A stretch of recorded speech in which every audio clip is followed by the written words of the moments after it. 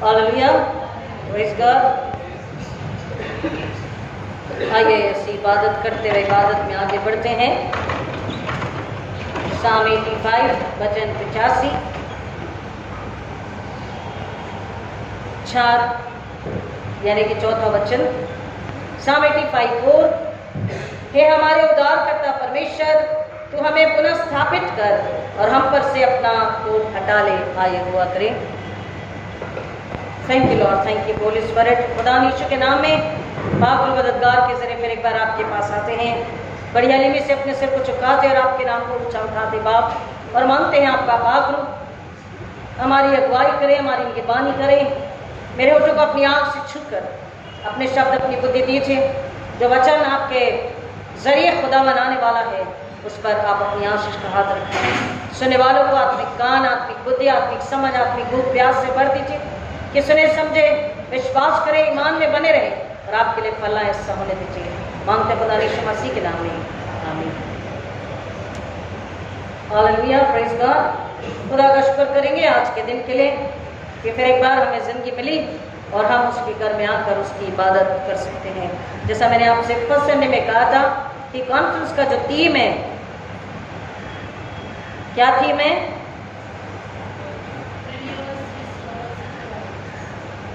Yes, and do it again Lord. उसको हमने कहा था कि हम उसको पूरा करेंगे, कंटिन्यू करेंगे, और आज हम उसको पूरा करेंगे। हमने इस विषय में सुना था कि दाऊद खुदा से बात कर रहा है, उससे रिक्वेस्ट कर रहा है। उसके पास बहुत ताकतें थी, लेकिन उसको पता है दुनिया की कोई भी ताकत, दुनिया की कोई भी बुद्धि, दुनिया का धन उसके काम नहीं आने वाला, उसकी मदद नहीं कर सकता। और वो खुदा के पास जाता है, उससे मांगता है, और वो कह रहा है तू हमें पुनः स्थापित कर। Revive us again Lord, do it again. फिर से कर, क्योंकि तू ही कर सकता है। यहां पर हमने देखा था कि इंडिविजुअल यानी कि वैयक्तिक रूप से, और दूसरा यहां पर हम देख रहे हैं सोशली, कांग्रेगेशन, यानी कि एक से अधिक, जहां पर मास, जहां पर एक से अधिक लोग रहते हैं उसे मास कहते हैं। तो जहां पर हम जमात यानी कि खलीसिया, हम जब एक जगह आते हैं तो हम एक से अधिक घराने हैं, एक से अधिक लोग हैं। तो झुंड में, ग्रुप में बहुत सारे जब लोग हैं, उनके लिए, हमारे घरानों के लिए, हमारी जमात के लिए, और फिर हमारे बाद अन्य दूसरी जमातों के लिए, कांग्रेगेशंस के लिए और अन्य विश्वासियों के लिए, वो कहता है कि हमें इस तरह से खुदा से मांगना है, विनती करनी है, दुआ करनी है कि हे हमारे उद्धारकर्ता परमेश्वर, तो हमें पुनः स्थापित कर। पहले हम खुद के लिए, हमारे घरानों के लिए, हमारे जमात, फिर अन्य लोगों के लिए। तो यहाँ पर हम कैसे औरों के लिए दुआ कर सकेंगे, कैसे सुसमाचार प्रचार की सेवा या खिदमत कर सकेंगे, कैसे हम एक झुंड में आकर के एक साथ हम उस काम को, उस खिदमत को पूरा कर सकेंगे। और इसके लिए यहाँ पर जब हम की बात आती है, अस की बात आती है, हम लोग, us, we are, we people, we us people, तो यहाँ पर एक टीम वर्क की बात आ जाती है। टीम, जब एक झुंड, एक दल, एक मत होकर, दल तो जरूरी है, झुंड तो जरूरी है, ग्रुप, टीम तो जरूरी है, लेकिन वो टीम एक मत होकर, एक विचार होकर, एक आत्मा होकर, जब वो किसी काम के लिए, किसी खिदमत सेवा के लिए, जब वो पहले तो घुटनों पर आए, दुआ करें, खुदा से पूछें, खुदा को बताएं और उससे मांगे कि हमारी ये मर्जी है, आपकी क्या मर्जी है।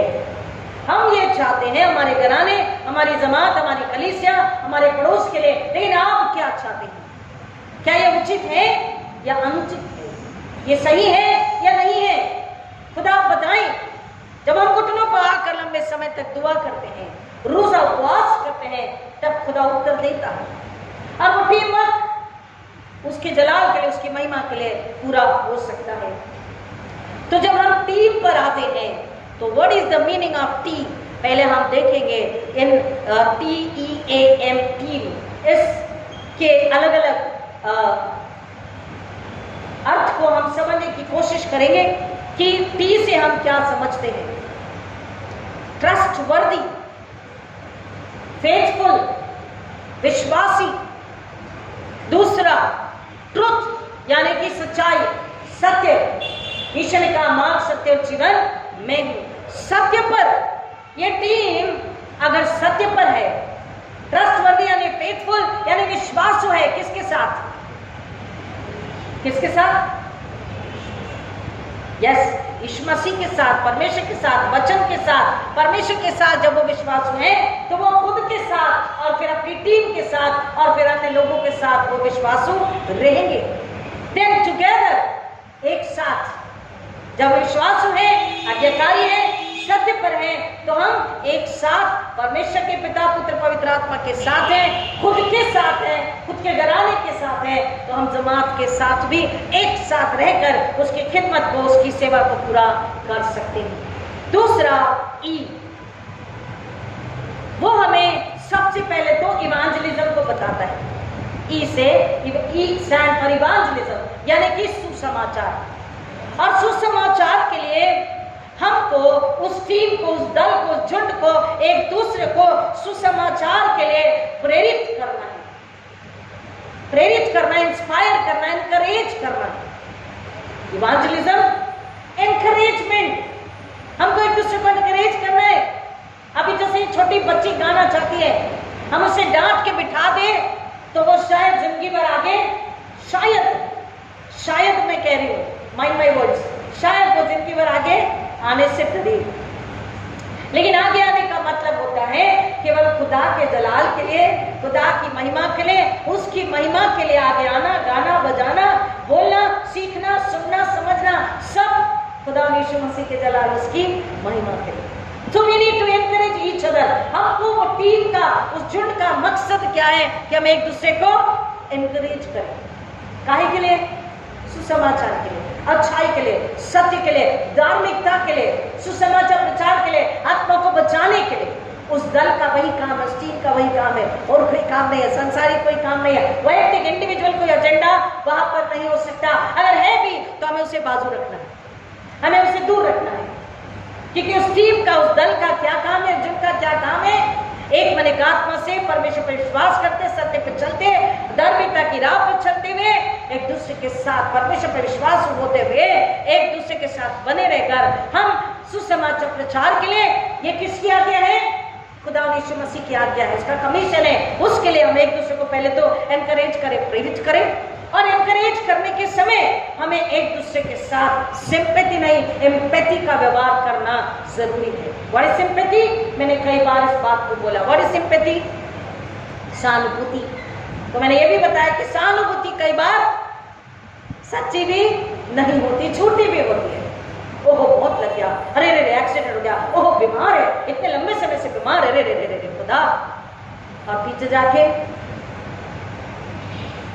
तो ये सहानुभूति झूठी हो सकती है। मानवीय स्वभाव, नेचुरल नेचर, सुपरनेचुरल में जब आते हैं, अस्वाभाविक यानी खुदा के साथ वचन में, खुदा की मोहब्बत में, प्रभु यीशु मसीह के खौफ में, उसकी आज्ञा में, उसके सत्य में, एक दल एक आत्मा में हम जब आते पाक रूह के जरिए, तो एम्पैथी अपने आप हमारे दिलों से, हमारी रूहों से, और हमारी जुबान से, हमारी सोच से बाहर आती है। What is empathy? कि उस व्यक्ति के, उस दल के, और बाद में जिनके पास हम सुसमाचार के लिए जा रहे हैं, उनके दर्द को अपने दर्द की तरह समझना, उनकी भूख और प्यास, उनकी नाम धराई, उनकी बदनामी को अपने समान समझना कि ये उनका नहीं, मेरा दर्द है, ये उनकी नहीं, मेरी तकलीफ है, ये उनका खौफ नहीं, मेरा खौफ, मेरा डर है, ये उनकी कमजोरी नहीं, मेरी डर है, हमारा डर है, हमारी कमजोरी है, हमारी लाचारी है। एम्पैथी वो है। अगर खुदा ने एम्पैथी नहीं दिखाई होती हमारे को, हमको पाप में, उस विनाश की गर्त में जाने से बचाने के लिए अपने बेटे को नहीं दिया होता, और खुदा यीशु मसीह ने, बेटे ने भी अगर एम्पैथी नहीं दिखाई होती तो हम आज यहाँ नहीं होते। हालेलुया। एम्पैथी का मतलब है उस दल के और जिनके पास हम सुसमाचार सुनाने जा रहे हैं, उनके दर्द को, उनकी तकलीफ को, उनकी लाचारी को, उनकी कमजोरी को समझना, यहां तक कि उनके पाप को भी समझना, क्योंकि हम भी तो पापी थे। हालेलुया, समझ में आ रही बात? हम भी पापी थे और हम पर रहम किया गया, हम पर फजल उंडेला गया, हमारे लिए खुदा का इकलौता भेजा गया और उस इकलौते ने हमारे लिए धीरज धरी। आपके लिए, मेरे लिए, मेरे घराने, आपके घराने के लिए धीरज रखा या नहीं? हमें सह लिया, हमें माफ किया, हमें धोखे नया बनाया, बोला तेरा पाप चाहे लाल रंग का हो चाहे अर्गुमानी रंग का हो, मैं उसे हिंसा श्वेत बनाता हूं। तो जब हम पर दया और करुणा उड़ेली गई तो हम दूसरे को दया नहीं दिखा सकते। उस टीम का वही काम है, उस सुसमाचार के लिए ना केवल एनकरेज कर, चलो चलो चलो सुसमाचार को गाते, चलो चलो चलो चलो गाते बजाते, इतना ही नहीं, उनमें जो कमजोरी है या डर है किसी भी प्रकार की, वो जिस्मानी यानी शारीरिक हो सकती है, वो मानसिक बौद्धिक हो सकती है, वो आत्मिक और रूहानी हो सकती है, वो फिनेंशियल आर्थिक भी हो सकती है। तो 2-2 रुपए हम भी अपनी जेब से निकाल सकते हैं। समय की समस्या हो सकती है तो उनके आधे घंटे में से 15 मिनट एक्स्ट्रा अगर कभी देना पड़े तो हम भी दे सकते हैं। That is the meaning of team. एक जैसा, एक समान, एक दूसरे के लिए, एक दूसरे में प्रभु यीशु मसीह के साथ पाक रूह के जरिए तब हम एक दूसरे को क्या करते हैं? इवेंजलिज्म के लिए, एनकरेज, सुसमाचार के लिए हम प्रेरित करते हैं और हम उनके दर्द में, उनकी तकलीफ में, उनकी पीड़ा में और उनकी खुशहाली, उनके आनंद में भी हम दुगने आनंदित जब होते हैं। That is impact. और उनके लिए दुआ करते हैं जैसे अपने लिए। यीशु ने क्या बोला? जैसे तुम चाहते हो कि लोग तुम्हारे साथ करें, तुम भी औरों के साथ वैसा ही करो। हम चाहते कि लोग हमें, तो हम भी दूसरों को इज्जत आदर दें। हम चाहते कि लोग हमें, तो हम भी दूसरों को चाहे वो कड़वाहट दे, हमें प्यार देना जरूरी है। अगर चाहते कि लोग हमारी मदद करें तो हम भी देना और संवारना और संभालना सीखें, करें। यीशु मसीह ने कहा कि जो क्रोध करे, जो श्राप दे, उन्हें तुम आशीष दो, उनके लिए दुआ करो। और जब हम ऐसा करते हैं, पहले तो वो टीम ऐसा करके लास्टली अपने आप को सक्षम बनाती है, सक्षम, एलिजिबल, इक्विप्ड करती है। हम इक्विपमेंट से क्या समझते हैं? इक्विप्ड करने से हम क्या समझते हैं? हाँ, हमको आज की तकनीकी बातें समझनी है। इक्विपमेंट का हम वही समझते हैं, हमारे पास प्रोजेक्टर हो, हमारे पास लैपटॉप हो, हमारे पास बड़ा बड़ा बड़ा बड़ा छोटा छोटा छोटा ऐसे 3 साइज का हमारे पास स्टैंडिंग कैमरा हो, हमारे पास उतने वो ऐसे जवान बच्चों के पास वो कला हो, वो करें। हम इस बाहरी रूप को ही पहले ज्यादा समझते हैं और बोलते नहीं, हमारे पास साधन नहीं है, हम नहीं कर सकते, वी आर नॉट इक्विप्ड। लेकिन बाइबल क्या बताती है? पहला टी से हमने बताया ट्रस्टवर्दी, ट्रूथफुलनेस, विश्वासी, सत्य पर चलने वाला, एक साथ टुगेदर यानी एक साथ चलने वाला, दल में चलने वाला, दल को लेकर चलने वाला, सुसमाचार, इवांजलिज्म, सुसमाचार को समझने वाला, सुसमाचार के लिए वो उसका घराना समर्पित होने वाला, फिर अपने दल को, अपनी जमात को एक साथ एनकरेज करके एम्पैथी में, प्यार में, मोहब्बत में, क्षमा में, प्रार्थना में, देने में, उठने बैठने में, धन्यवाद स्तुति में, उसको एनकरेज करके उसके साथ चलने वाला, वो दल के साथ, टीम के साथ चलने वाला। इस तरह से वो अपने दल को इक्विप्ड यानी कि उपयुक्त बनाता है, सक्षम बनाता है। ये चीजें बाद में आती है, कैमरा, तकनीकी जो बातें हैं सब बाद में आती है। जब हम ये जो कैमरा है तो आके ये कान, स्पीकर, एंड ये स्पीकर है बोलने वाला, एंड ये सुनने वाला, अगर हम उसकी आवाज को, उसके कलाम को, उसकी रूह, उसकी सूली को देखें, रूह की आंखों से देखें, रूह के कानों से सुने, रूह की बुद्धि से समझे, अपने दिल रूह में ले ले, तो हम जुबान से, ये स्पीकर से वही बात आएगी। हालेलुया, आमीन, वही बात आएगी वो जो कहता है। और जब वो बात आएगी तो हमारे दल को वो भाएगी, और दल में जब इस तरह से वो अपने आप में सुसमाचार के लिए आराधना, प्रार्थना, स्तुति, धन्यवाद, विश्वास, सच्चाई, पवित्रता, प्रेम, क्षमा, सहनशीलता, धीरज, देना, इससे और पवित्र आत्मा से भर जाएंगे तो वो दल वो टीम अपने आप में इक्विप यानी कि उपयुक्त सक्षम हो जाएगा। और तब जब वो सेवा के लिए आगे बढ़ेगा तो अपने आप खुदा राष्ट्र को खोल करके उनके लिए बाकी चीजों का इंतजाम भी कर देगा। देन ए से आता है अकाउंटेबिलिटी। अकाउंटेबिलिटी, इसको हम हजारों बार सुन चुके होंगे, मैंने ही कई बार 3 साल में बोल दिया, क्योंकि बाइबल हमें अकाउंटेबिलिटी बताती है। क्या है अकाउंटेबिलिटी? अकाउंटेबिलिटी का मतलब है कि हमको हिसाब देना है, हिसाब देने वाला। और हिसाब कैसे देना है? हिसाब कैसे देंगे? डैडी वो पिकनिक जाना है, पिकनिक के लिए 5,000 बोला है सर ने। एक्चुअली मांगा कितना था? 4.5। डैडी ने दे दिया 5,000।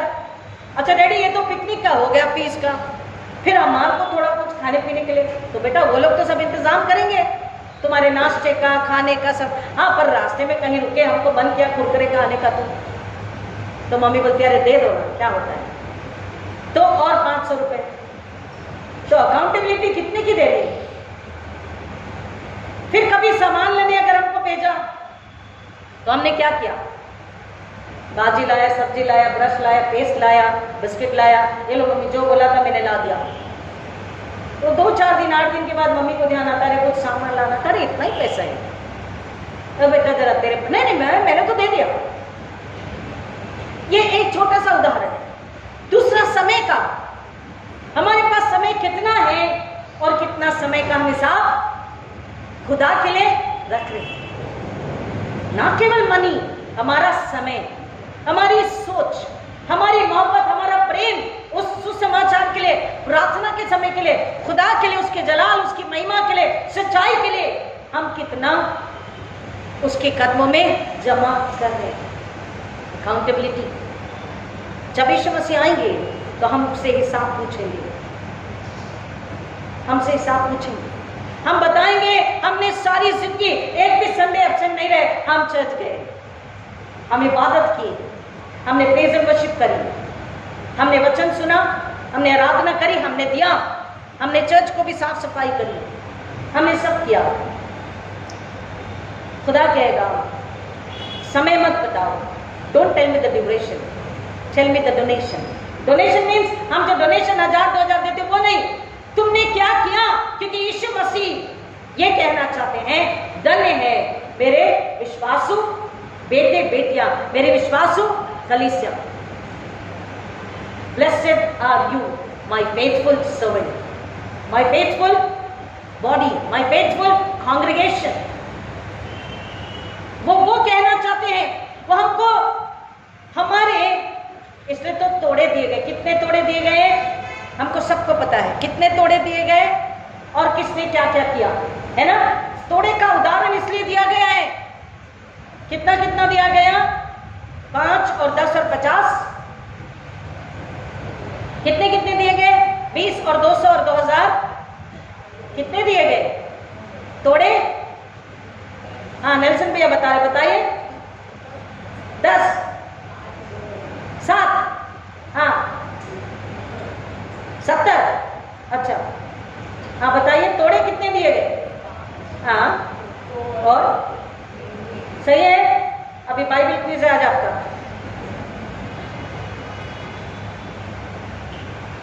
नेक्स्ट संडे पूछूंगी। जब तोड़े दिए गए तो उसका हिसाब भी लिया गया और यीशु मसीह ने क्या बोला?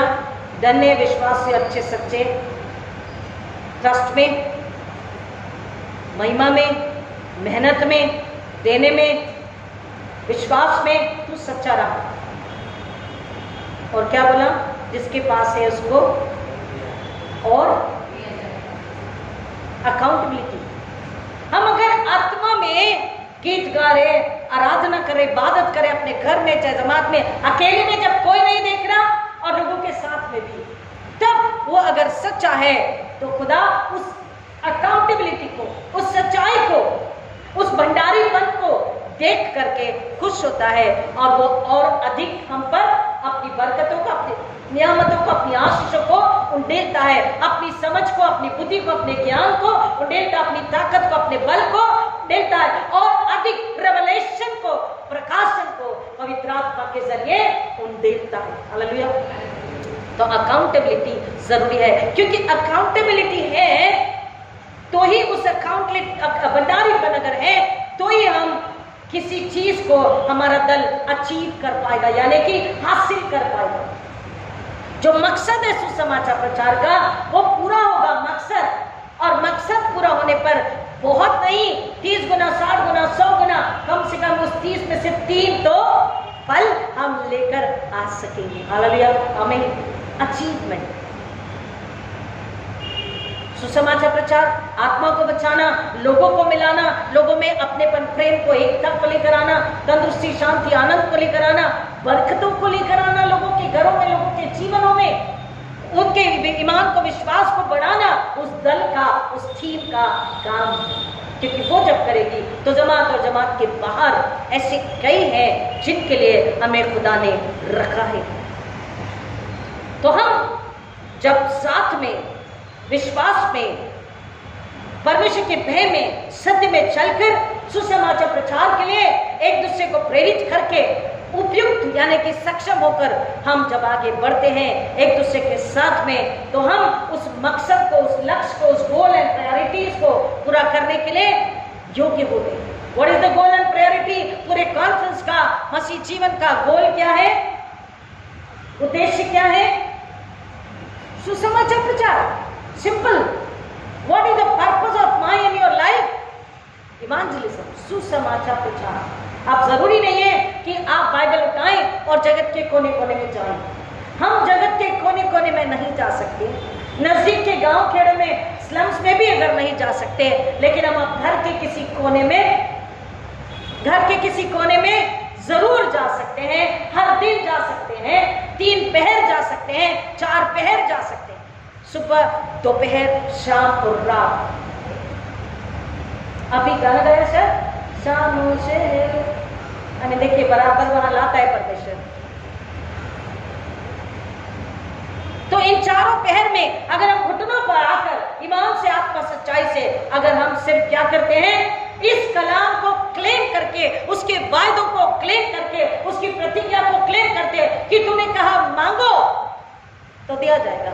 हम मांग रहे हैं इस एक रूह के लिए, हम मांग रहे हैं सुसमाचार प्रचार के लिए, हम मांग रहे हैं उस घराने के लिए, क्यों बचाए जाएं। घुटनों पर आकर अपने घर में हर दिन 4 पैर अगर आप दुआ कर रहे हैं तो आप जगत के कोने कोने में पहुंच सकते हैं। क्यों? क्योंकि आपकी दुआ और खुदा की इच्छा जब एक हो जाती है, ये 2 जब एक हो जाती हैं तो उस दुआ का असर वहां पहुंच जाता है जहां खुदा पहुंचाना चाहता है। हालेलुया। अचीवमेंट आपने पाया, आपको पता भी नहीं आपकी दुआ कहां, किस सुसमाचार प्रचार करने वाले के लिए और सुनने वाले के लिए खुदा के पास कबूल हो गई, और उसका उत्तर आकर के आपको नहीं पता, लेकिन आपकी आशीषें खुदा ऐड करते जाता है। हालेलुया। अकाउंटेबिलिटी, इसलिए हमको ईमानदारी के साथ, सच्चाई के साथ, समर्पण के साथ में कुर्बान यानी त्याग करते हुए हमको अकाउंटेबिलिटी यानी भंडारीपन का, हमको उसके बच्चे होने का, हमको उसकी प्रजा होने का, हमको उसके घराने होने का हिसाब देने के लिए तैयार रहना है। और जब हम अचीव करते हैं, हमारा एटीट्यूड अपने आप बदल जाता। Attitude, what is attitude? आजकल स्कूल के जो बच्चों की लैंग्वेज है, डोंट शो मी एटीट्यूड, उसके साथ दोस्ती नहीं करना। एटीट्यूड, बहुत एटीट्यूड दिखाती है, बहुत एटीट्यूड दिखाता है। ये वो एटीट्यूड की बात नहीं है। हम जब मसीह में सक्षम होकर उस गोल को हासिल जब कर चुके होते हैं तो हमारा एटीट्यूड बदलता है। मतलब हम प्रभु यीशु मसीह में पवित्र आत्मा के जरिए कौन से एटीट्यूड में? विश्वास के एटीट्यूड में। हालेलुया। विश्वास के एटीट्यूड में आनंद और शांति शांति और मेल मिलाप के एटीट्यूड में, क्योंकि उस टीम में, उस 2, 4, 5, 10 की जो टीम है, दल है, उसमें अब विश्वास, आनंद, मेल मिलाप, सक्षमता, ये एटीट्यूड है कि हम मसीह के लिए कर चुके, कर सकते हैं और करेंगे, करना चाहिए। और ये एटीट्यूड में हम आगे बढ़ते हैं। किसके लिए? मसीह की महिमा के लिए। वो वाला एटीट्यूड नहीं कि देख कर भी अनदेखा किया, वो एटीट्यूड नहीं। वो सांसारिक है, वो अंधकार के राज्य से आता है, ज्योति के राज्य से नहीं आता। वचन कहता है याकूब की पत्री, हर उत्तम आशीष और अच्छा वरदान ऊपर से ज्योति के यहोवा परमेश्वर की ओर से आता है। वो एटीट्यूड जो सच से आता है एक और रूह के लिए, कि जब वो उस टीम को देखे, उस टीम को सुने, उस टीम से मिले, उस टीम से बात करे, तो सुनने वाले को, देखने वाले को समझ में आए कि हाँ, ये मसीह में जिंदा, पुनरुत्थित, आशीष, आनंद, शांति, मेल मिलाप से भरा हुआ टीम है, दल है, समुदाय है, कलीसिया, जो कुछ पाकर, hello, are you with me, पाकर, पा लेने के बाद, मसीह को पा लेने के बाद, उसकी ताकत, सामर्थ, बुद्धि, बल को पा लेने के बाद, कई सारी रूह नहीं, 2-4 रूह को बचा लेने के बाद, अब उस अनुभव के एटीट्यूड के साथ में, विश्वास, आनंद, प्रेम, क्षमा के एटीट्यूड, सहनशीलता, एम्पैथी के एटीट्यूड के साथ में हम उनके सामने खड़े हैं। सुनने वाले को, देखने वाले को ये गवाही चाहते हैं, बोलना नहीं पड़ता, वो देख के समझते हैं। क्यों? क्योंकि उस एटीट्यूड के साथ हमारी एक्शन भी होती है। हालेलुया। हमारी एक्शन मतलब हमारा काम, डीड्स, एक्शन मतलब डीड्स, काम। वो देखते हैं, सुनते हैं और वो लालायित होते हैं, वो भूखे प्यासे होते हैं। हाँ, हमें भी इनके इश्यू को जानना है, सुनना है, समझना है, पा लेना है, ताकि हमारी आत्मा, हमारे घराने उद्धार को पा सके। And last is aim, again mission. तो हम जानते हैं हमारा मिशन क्या है, सुसमाचार प्रचार की सेवा, और उसके लिए हमको परमेश्वर से एक सपोर्ट, यानी कि सोर्स कौन है? अब अब्राहम ने क्या बोला? यहोवा डैश डैश उपाय निकालने वाला है ना, है ना? तो उपाय निकालने वाला यानी कि मदद करने वाला, हमारे जो प्रोविजंस है उसको पूरा करने वाला, चाहे हमारी बुद्धि, चाहे हमारी समझ, चाहे हमारा धीरज, चाहे हमारा विश्वास, यानी कि चाहे वो जिस्मानी, चाहे वो रूहानी हो, शारीरिक हो, मानसिक हो, भौतिक हो, आर्थिक हो, आत्मिक हो, पारिवारिक हो, सामाजिक हो, कुछ भी हो, उसके लिए उपाय निकालने वाला और पूरा करने वाला कौन है? यहोवा परमेश्वर है, प्रभु मसीह में। और सहायक कौन है? पवित्र आत्मा। उसके जरिए वो उस मिशन के लिए हमें क्या करता है? मदद देता है, सहायता करता है। सोर्स जीसस है, रिसोर्सेस भी उसी के पास से ही वो हमारे लिए पवित्र आत्मा के जरिए विश्वास, प्रार्थना, धन्यवाद, स्तुति देना, एम्पैथी, टुगेदरनेस, इक्विपमेंट, ये सब इक्विप होना, ये सब के जरिए वो रिसोर्सेस हमारे पास ऑलरेडी होते हैं। हमारे एटीट्यूड, हमारे एक्शन में ऑलरेडी वो होते हैं, और तब वो हमारे मिशन के लिए उस टीम को एक सपोर्ट, एक सहायक बन जाता है, और हमारी सेवा और अधिक आगे बढ़ती है। और हमारी सेवा कैसी होती है? अर्थपूर्ण, मीनिंगफुल, व्यर्थ की नहीं। घंटों प्रचार किया, घंटों दुआ, प्रार्थना, उपवास किया, लेकिन रिजल्ट कुछ नहीं। उसका मतलब ये नहीं, जो खुदा को भाए, जो उसके लिए महिमा को लेकर आए और हमारे उत्तर को लेकर आए, वैसा टीम वर्क, वैसी इबादत, वैसा मिशन, वैसा इवांजलिज्म, उस मिशन के लिए खुदा हमसे चाहता है। और इसलिए यहाँ पर दाऊद की प्रार्थना है 85:4, हे हमारे उद्धारकर्ता परमेश्वर, तू हमें पुनः स्थापित। अब वो हमें कह रहा है, मुझे नहीं, वो हमें कह रहा है, हे वाह, पहला वचन, हे वाह, तूने अपने देश पर कृपा की है, तू याकूब को बंधुआई से छुड़ा लाया है, तूने अपनी प्रजा के अधर्म को क्षमा किया है, तूने उनके सब पापों को ढांप दिया है। वो जानता है वो करुणामय दयालु परमेश्वर है, उसकी महिमा स्तुति कर रहा है, उसका धन्यवाद कर रहा है और उससे प्रार्थना कर रहा है। तूने अपने सारे रोष को शांत किया है, तूने अपने भड़के हुए कोप को दूर किया। वो जानता है कि जब हम उसके पास आते हैं, परमेश्वर दयालु है और अपने क्रोध को वो वापस लेता है। आज भी जब हम प्रार्थना करते हैं, प्रभु यीशु मसीह में वो अपना क्रोध वापस लेता है और इसलिए कह रहा, ये हमारे उद्धारकर्ता परमेश्वर, तू हमें पुनः स्थापित कर।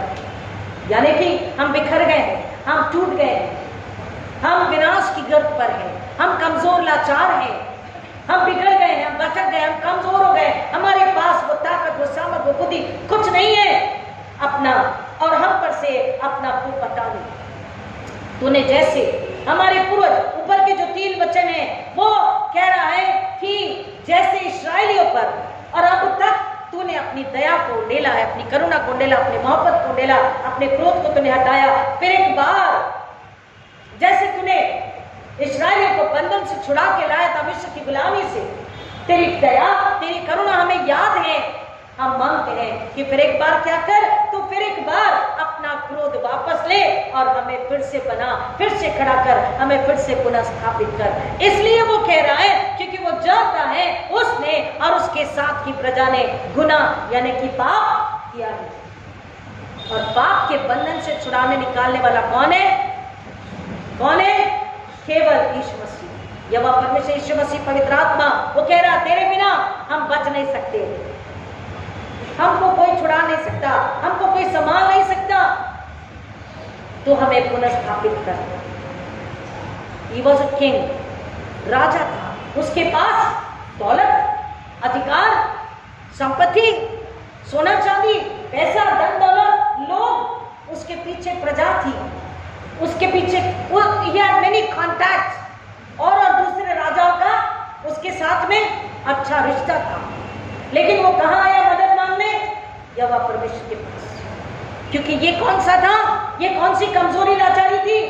रूहानी आत्मा की, बाहरी नहीं, जिस्मानी शारीरिक नहीं, आत्मा की कमजोरी, आत्मा का गुनाह, आत्मा की लाचारी थी। और इसलिए वो आत्मा के उद्धारकर्ता के पास में आके कह रहा, ये हमारे उद्धारकर्ता परमेश्वर, तू हमें पुनः स्थापित कर और हम पर से अपना कोप यानी कि अपना गुस्सा, अपना क्रोध, अपनी आग को हटा ले। और आगे कहता है, क्या तू हम पर सदा कोपित रहेगा? क्या तू पीढ़ी दर पीढ़ी अपना क्रोध बनाए रखेगा? टीम में आकर, झुंड में आकर, कलीसिया एक साथ दुआ क्यों करनी है कि पीढ़ी दर पीढ़ी हमारे घरानों से, पीढ़ी दर पीढ़ी हमारी कलीसिया के घरानों से, पीढ़ी दर पीढ़ी हमारी कलीसिया से परमेश्वर का वो क्रोध हटाया जा सके, वो बुराई, वो पाप, वो अधर्म का बंधन तोड़ा जा सके। हालेलुया, आमीन। हमारी कलीसिया, हमारा झुंड आजाद हो सके, इसलिए कह रहा टीम वर्क। कुछ एल्डर्स मिल करके जब दुआ करते हैं पासबान के साथ, मैंने शायद आपको बताया था कि हमारे यहाँ पर एक आंटी थी 90 ईयर्स ओल्ड, 90 साल की हो गई, लेकिन फिर भी पैदल चल के चर्च आती थी। और उनकी आवाज अगर उन्हें प्रचार के लिए खड़ा रखे तो वो चल के जब आती थी तो थर हम एक जन पकड़ के लाते थे उनको, हाथ थरथरा रहा है, जुबान भी थोड़ी, आवाज भी थरथराती, लेकिन जैसे दुआ करने लगे, वो प्रचार करने लगे, वो तब भी प्रचार करती थी। उनकी आवाज इतनी खड़क आवाज, इतनी स्पष्ट आवाज, वो प्रचार करती थी, वो दुआ करती थी। तो महीने में एक बार बैठकर, जब कभी वक्त मिले तो 2 बार बैठकर वो और मैं, वो आंटी और मैं बैठ करके हम दुआ करते थे। पहले तो मैं 3 बजे चर्च को खोल लेती थी, और 2 बजे उठ के नहाना, 3 बजे नेचुरल चर्च को खोल लेना, और 3 से 5, 3 से 6 सॉरी मैं अपनी वैयक्तिक दुआ करती थी चर्च के अंदर, और 6 बजे फिर वो आंटी आ जाती थी और हम 1 घंटा दुआ करते थे। और फिर कॉलोनी के जो भी लोगों को आना है चर्च बुला के दुआ करके वो जाते थे। फिर हम 7-8 बजे चर्च बंद करके जाते थे। ये सिलसिला कई साल चला। लेकिन आंटी के घर पर जब कोई नहीं होता था, आंटी और मैं, तो 90 ईयर ओल्ड आंटी, कभी 1 घंटा, कभी 2 घंटा, 3 घंटा, हमको पता ही नहीं हमने कितनी देर दुआ करी। हम दुआ करते थे अपनी कलीसिया के, और हमारी कलीसिया में हमने उन दुआओं के उत्तर को, हमने उन रिजल्ट को हमने देखा। लोगों के जीवन में, लोगों के घरों में हमने उस प्रार्थना के उत्तर को देखा। टीम वर्क काहे के लिए? सुसमाचार प्रचार के लिए। दाऊद कह रहा है, क्या तू हम पर सदा कोपित रहेगा? क्या तू पीढ़ी दर पीढ़ी अपना क्रोध बनाए रखेगा? मतलब दाऊद जानता है कि पीढ़ी दर पीढ़ी परमेश्वर का कोप बना रह सकता है, और अगर वो कोप बना है तो हम जी पाएंगे, जिएंगे, लेकिन कैसे जिएंगे? रोते बिलखते, कमजोरी लाचारी में, बीमारी में, तकलीफ में, पीड़ा में, शैतानी हमलों में। दाऊद समझ गया, इसलिए कहता है आने वाली पीढ़ी के लिए भी, मेरे घराने और आने वाली पीढ़ी के लिए भी तो अपना क्रोध हटा। हमारा वो एटीट्यूड होना चाहिए। आई बात समझ में? एटीट्यूड कि मेरे ऊपर से, मेरे घराने से, मेरी जमात, मेरी कलीसिया से, और इस पहले उस जुट से और कलीसिया से, और जिनके लिए हम सुसमाचार प्रचार सुनाने जाएंगे उन पर से भी वो हटाया जाना चाहिए, वो बंधन टूटने चाहिए, वो श्राप क्रोध निकलना चाहिए। इसलिए वो कह रहा, क्या तू ये हमारे उद्धारकर्ता परमेश्वर तो हमें पुनर्स्थापित कर, क्या तू हम पर सदा कोपित रहेगा? क्या तू पीढ़ी दर पीढ़ी अपना क्रोध बनाए रखेगा? There is a question mark. वो नहीं चाहता कि पीढ़ी दर पीढ़ी क्रोध बना रहे। इसलिए हमें वैयक्तिक रूप से, इंडिविजुअली और कलीसिया यानी कि टीम में होकर के आना है और पश्चाताप करना। आगे वो क्या कहता, क्या तू स्वयं हमको फिर न जिलाएगा? हेलो, हमें कौन जिला सकता है? हमें कौन बचा सकता है? हमें कौन संभाल सकता है? हमें कौन फिर से खड़ा कर सकता है? A to Z vitamin, Revital, protein diet नहीं। हमें खड़ा अगर कोई कर सकता है, हमें कोई ताकत बल दे सकता, हमें रिवाइव अगर कोई कर सकता, रेस्टोर कोई कर सकता, हमें पुनर्स्थापित करके खड़ा कोई कर सकता है, तो वो है हमारा जिंदा खुदावन, उसका पाक कलाम जो हमारे लिए ज्योति है। वो हमारी ज्योति है, हमारा दरगाह, हमारा किला, हमारी चट्टान है, हमारी सुरक्षा, हमारा बल है। यहोवा मेरा चरवा, मुझे कोई गति नहीं। यहोवा को लेना है, अगर वो है तो कोई गति कमी नहीं। क्या तू स्वयं आपको फिर न जिलाएगा कि तेरी प्रजा तुझ में आनंद मनाए? आत्मा में क्या दाऊद के पास आनंद नहीं था? He was a king, वो राजा था। जो चाहे जैसा चाहे उसके साथ, उसके जो नौकर चाकर थे, सेवा करने वाले उसकी सेवा करते, जैसा चाहे उसका मनोरंजन होता, जैसा चाहे उसे खाना पीना मिलता। दूसरे देश के राजा आकर के उसकी हुक्म बजाई करते, लेकिन उसका आनंद किस में है? आत्मा का आनंद अगर नहीं है, आत्मा अगर कमजोर, लाचार, मूर्छित मर गई है, तो वो यीशु के परमेश्वर के पास आके कह रहा, मुझे फिर से जिला, मेरे पूर्वजों का गुनाह माफ कर और आने वाली पीढ़ियों को तेरे क्रोध से तू बचा ले। हमें फिर से जिला, हमारी आत्मा जो मुरझा गई है, मर गई है, हमें फिर से जिला कि हम तेरी प्रजा तुझ में आनंद मनाए। किधर आनंद है? संसार में, टीवी में, शॉपिंग में, मॉल में, अच्छे कपड़ों में, अच्छे खाने में, अच्छे घरों में, अच्छी गाड़ी में, अच्छे अपने स्टाइल में, एटीट्यूड में आनंद है? नो। प्रभु यीशु मसीह में आनंद की भरपूरी है। There is a joy, joy, joy, joy down in my heart. ये संडे स्कूल का कोरस है। Down in my heart. Where? Down in my heart. बच्चे चिल्लाते where? Down in my heart. There is a joy, joy, joy, joy down in my heart. Glory to His name. जब आत्मा का आनंद, ये team मैंने आपको बताती है, ये जब मसीह के साथ एक साथ होकर के आती है, तो वो आत्मा का आनंद उनके दिल में, आत्मा में होता है। वो आत्मा, वो छलके मेरी आत्मा में छलके, मैं नाचूं, मैं गाऊं, यीशु ने मुझे बचाया। ये आनंद जब हम आत्मा में, हमारी आत्मा में होता है, तो हम उछलते गाते हैं। और एक और रूह जब देखती है, एक और व्यक्ति जब हमें देखता है, तो वो उस आनंद का भूखा प्यासा होता है। और ये टीम, ये दल मसीह में आनंदित होकर, जीवित होकर, वो क्या करता है? उस एक रूह को बचाने के लिए दुआ करता है, सुसमाचार की सेवा करता है। क्या तो स्वयं को फिर न जलाएगा कि तेरी प्रजा तुझ में आनंद मनाए? यहोवा अपनी करुणा हमें दिखा और हमें अपना उद्धार प्रदान कर। हमें यीशु मसीह से रोज प्रार्थना करनी है, अपने आप को जांचना और परखना है कि प्रभु यीशु मसीह आपने जिस उद्देश्य के लिए मसीह नाम और पहचान दे करके हमें इस दुनिया में रखा, इस कलीसिया में रखा, इस पड़ोस में रखा है, इस ऑफिस में रखा, इस स्कूल कॉलेज में रखा, इस ट्यूशन में रखा है, ऐसे नेबर में रखा है, तो मेरे जीवन का उद्देश्य जो है वहां पर तू अपनी महिमा के लिए पूरा करवा ले। और तब हमारी आत्मा मसीह में वो सेवा, वो खिदमत करने के बाद, उद्देश्य को पूरा करने के बाद वो आनंदित होती है।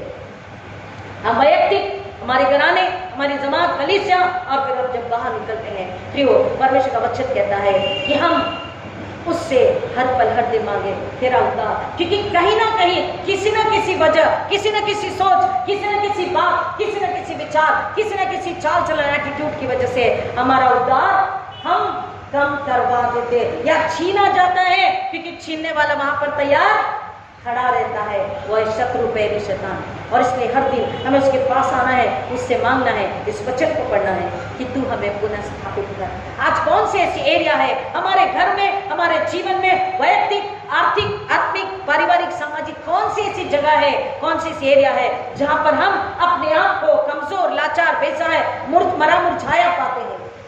पुनः स्थापित करने के लिए आज परमेश्वर का वचन हमें बुलाहट देता है, हम उसके पास आकर बोले कि तू हमें पुनः स्थापित कर, और वो हमें फिर से उठाकर, रोमांच कर, नया बना के अपनी महिमा के लिए खड़ा करने के लिए तैयार है, ताकि हमारे जीवन का उद्देश्य, मसीह जीवन का उद्देश्य पूरा हो, पवित्र आत्मा के जरिए जीवन जिए और हम अपने हिस्से की आशीष को, इनाम को पाने के लिए आगे बढ़ सकें। प्रभु इस वचन की गहराई में जाने आशीष करे। आइए दुआ करें। खुदा आपका शुक्र करते हैं कि आपने फिर एक बार मौका दिया कि हम आपके कदमों में आकर अपनी कमजोरी, अपनी कमी घटी, अपनी लाचारी, अपना दुख, अपना दर्द, अपनी तकलीफ, अपने मसीह जीवन की लाचारी को, अविश्वास को, थरथराते विश्वास को, डरपोकी स्वभाव को हम आपके चरणों में रख सकें, और हम परमेश्वर के साथ, पवित्र आत्मा प्रभु यीशु मसीह के साथ एक होकर, अपने आप से एक होकर, अपने आप से मिलकर, परिवार के साथ एक होकर, जमात के साथ एक होकर, एक टीम होकर के खुदावन हम एक साथ मिलकर सुसमाचार प्रचार के लिए आपके चरणों में दुआ करें, आपके चरणों में समर्पित हो जाएं, और हम संसार जा करके सुसमाचार प्रचार सुना सके। बहुत नहीं, कम से कम एक रूह को आपके पास ला सके। खुदावन ऐसी चाहत, ऐसी लालसा के लिए आप हमें पुनर्स्थापित कीजिए। पीढ़ियों के शाप बंधन यीशु के नाम में तोड़े जाएं, और खुदावन घराने कलीसिया आजाद हो, ये फजल में आपसे मांगते हैं। खुदावन हरेक इस वचन की गहराई में जाकर दुआ करें और आपकी महिमा के लिए अपने घरानों के साथ समर्पित हो, ताकि क्वालिटी फैलाए, जीवन का फैलाए, और आपको महिमा मिले। ऐसा होने दीजिए। आपने हमारी दुआ कबूल की, मैं आपका धन्यवाद करती हूँ। हर एक कमजोर लाचार आत्मा को पाक रूह के हाथों में देती हूँ। पवित्र आत्मा आप उनकी निगहबानी कीजिए, आप उन्हें चलाए, बताए, सिखाए, समझाए, और यीशु की महिमा के लिए इस्तेमाल करें। मैं घटू, हम घटे, यीशु बड़े। ऐसा होने दीजिए, मानते यीशु के नाम में, आमीन। और हमारे उन्नति प्रभु यीशु मसीह का अनुग्रह, परमेश्वर पिता का प्रेम, पवित्र आत्मा की संगति और शांति आप सबके साथ, खास तौर पर उनके साथ जो पहली बार सुनेंगे, उनके साथ यीशु के आने तक हमेशा हमेशा बनी रहे। आमीन। God bless you.